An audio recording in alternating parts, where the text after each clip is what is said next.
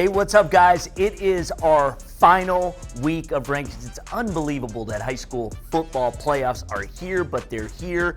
Scott Bernstein is here. Best time of the year by far. It is. The weather's been outstanding. Cream rises. No doubt. Pigskin paradise. Yes, absolutely. And when we talk about the final rankings of the season, I didn't think we have a new number one. I did not think we'd be sitting here talking on the last week of the regular season, first week of the playoffs, about a number one team in our state that wasn't named Belleville.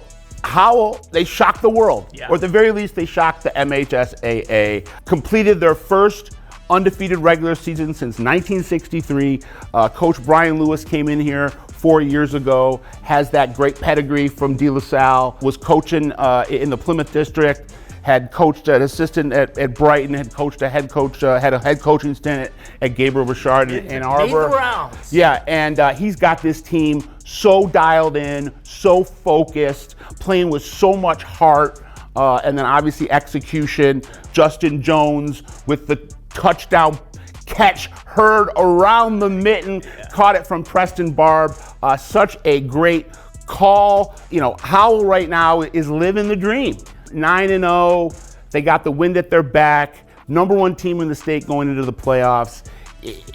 What bigger of a confidence booster could you have going into the postseason than taking out the number one high school football player in America in Bryce Underwood and the number one team definitely before this week in the state of Michigan and one of the best teams in the country, and you knock them off. It's going to go down as an instant classic. People will be talking about this game for years and decades to come, and now you're going into the playoffs, and now you got the target on your back, and it's like, hey, now Ford Field seems like it's a real possibility. That's right. Be careful what you wish for. You just might get it. They got it, and I think they're very comfortable with the position they're in, and we're going to see how they play this thing out the rest of the way. It's going to be very interesting in Division I, and that we'll kind of get into that when we get to our burning on. But as we wrap up the final ranking segment of the year, you want to shout out some other teams. Yeah, I want to shout out three teams that I didn't get into my final ranking, but I think have a really good chance at long runs in the 2024 postseason. First, Rochester Adams. It's been an up and down roller coaster of a year, but even though they lost their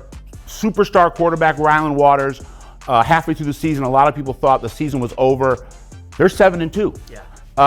And they kind of went from a team that at the beginning of the year everybody was looking past. They were voted last in the conference in the preseason rankings. Then they bust out of the gate, and it looks like, oh, we were wrong. And then Waters gets hurt, and a lot of people, including me, write them off.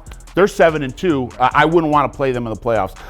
Two other teams that are undefeated that I think had a really good argument to make it into the rankings. They just I couldn't fit them in, and that's Northview out in Grand Rapids and Frankenmuth out in the Flint region.